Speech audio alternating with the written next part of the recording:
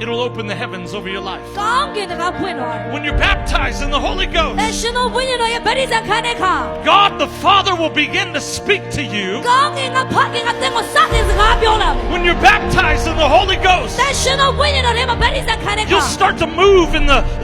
anointing of God. I saw someone riding a bike, and when they crash the bike, they mess up the ankle. Who is this person? Come here. Whoa. Sit right here. Right there. Be restored. In Jesus' name. Release. Roll over there. Run over there. Whoa.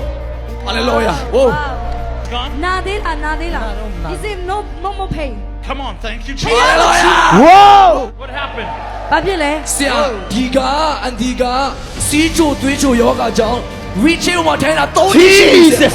wonderful man Jesus oh hallelujah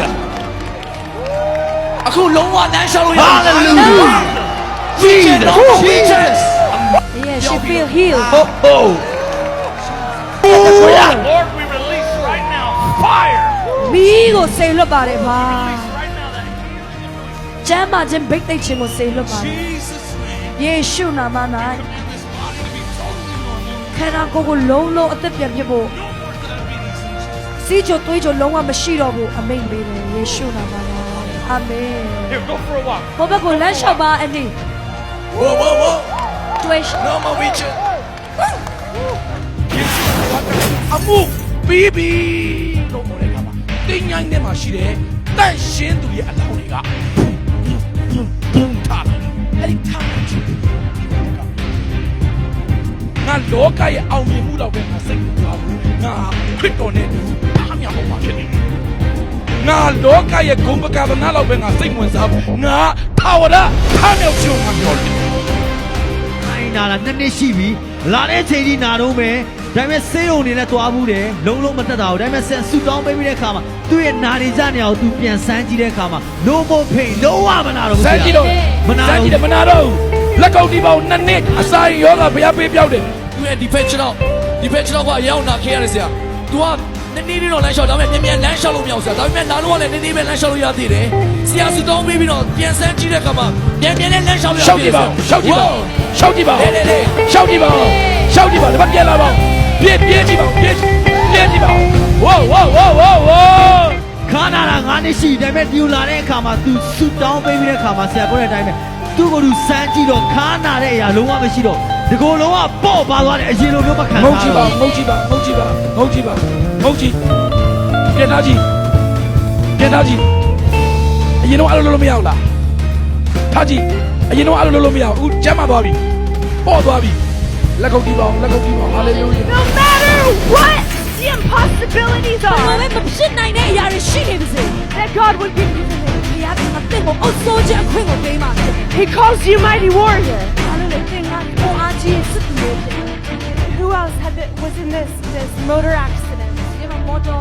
accident ဖြစ်တဲ့လူတွေရှိတယ် that's caused the partial paralysis lack of mobility